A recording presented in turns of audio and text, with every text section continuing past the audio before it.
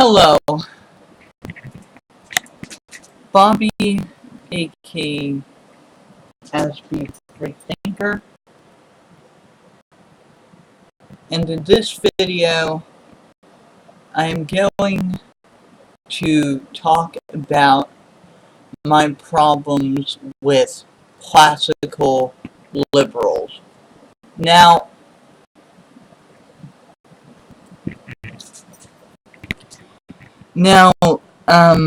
there's a lot of revisionist history around the term classical liberalism in the US and in fact internationally, and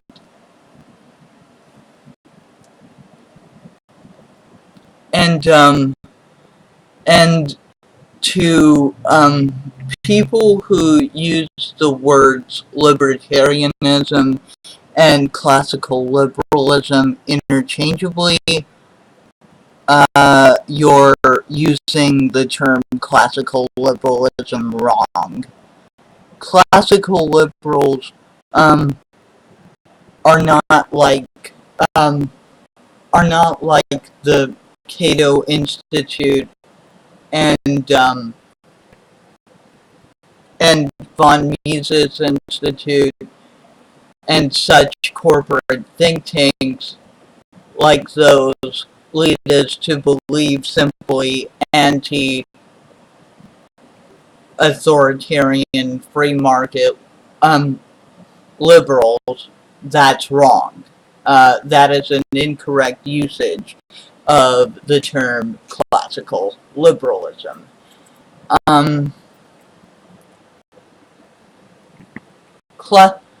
Classical liberalism, in fact, refers to the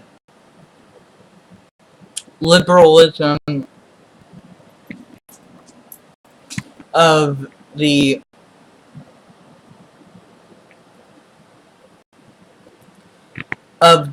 16th through 18th centuries.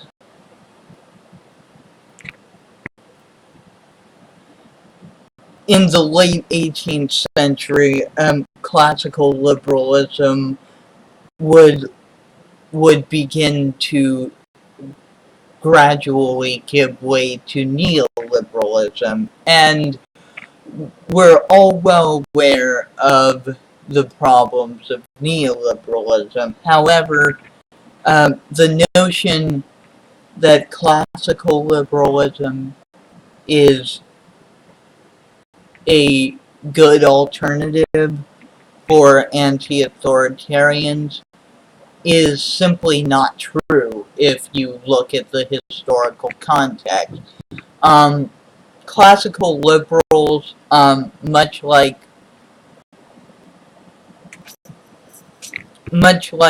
social democrats, were largely reformist.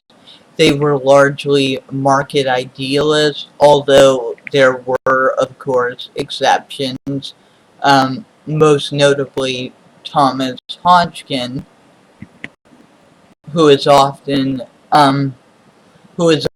considered a great influence on Pierre-Joseph Proudhon, the founder of mutualist anarchism.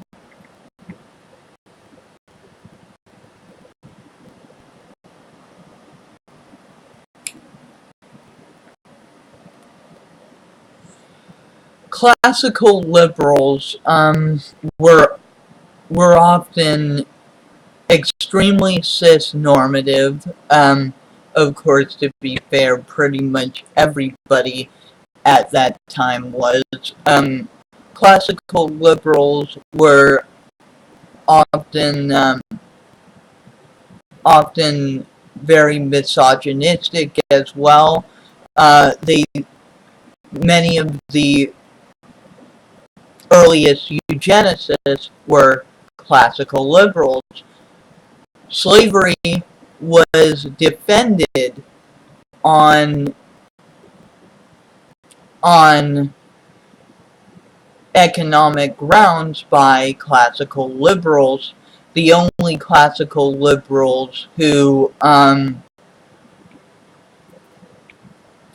um, who opposed slavery, in fact, were the ones who also happened to be black, such as Frederick Douglass and De Lauda Equiano. But the majority of classical liberals either ignored the issue of slavery or supported it on economic grounds. So that kind of throws a monkey wrench in the whole modern American idea of classical liberals being principled defenders of freedom. In reality, historically, they tended to be very much the opposite. Indeed, Thomas Jefferson was a classical liberal, and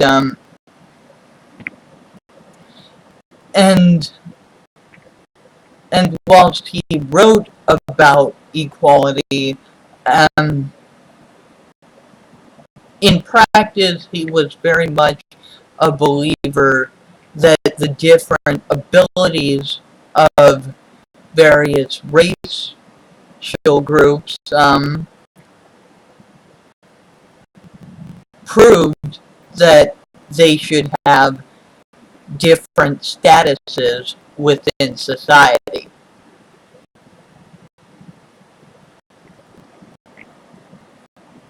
And he used all sorts of pseudoscientific tricks to attempt to prove this. For instance, comparing the skull of an African American to the skull of an orangutan, which was perhaps the most notorious example of Jefferson's scientific racism. Of course, we're mostly not taught about this in schools. Like public schools tend to very much, and even more so private schools and religious schools tend to very much whitewash these uglier aspects of our founding fathers and classical liberal traditions.